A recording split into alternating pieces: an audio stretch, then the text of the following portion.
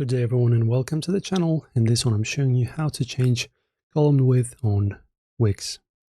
So guys, just make sure to navigate firstly to the page that you wish to adjust the column width on. So for example, let me change it on my home page. So as you can see, I have my test store and this is my home page. So as you can see, we have manage columns. Just when you hover over a certain column, you can also strip it if you want. So as you can see, you can just adjust it like this and put it anywhere on your page.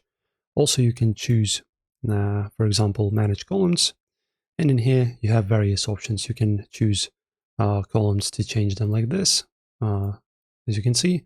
Also, you can add them if you wish. And you can also perform a quick edit like this, as you can see. And but these are the sections. We actually don't need this. Let's quit out of here. So either strip like this, or basically manage them, and you can also press on the layouts, and as you can see we can adjust the column proportions equal like this, like this, like this. So basically just customize them in any way you like.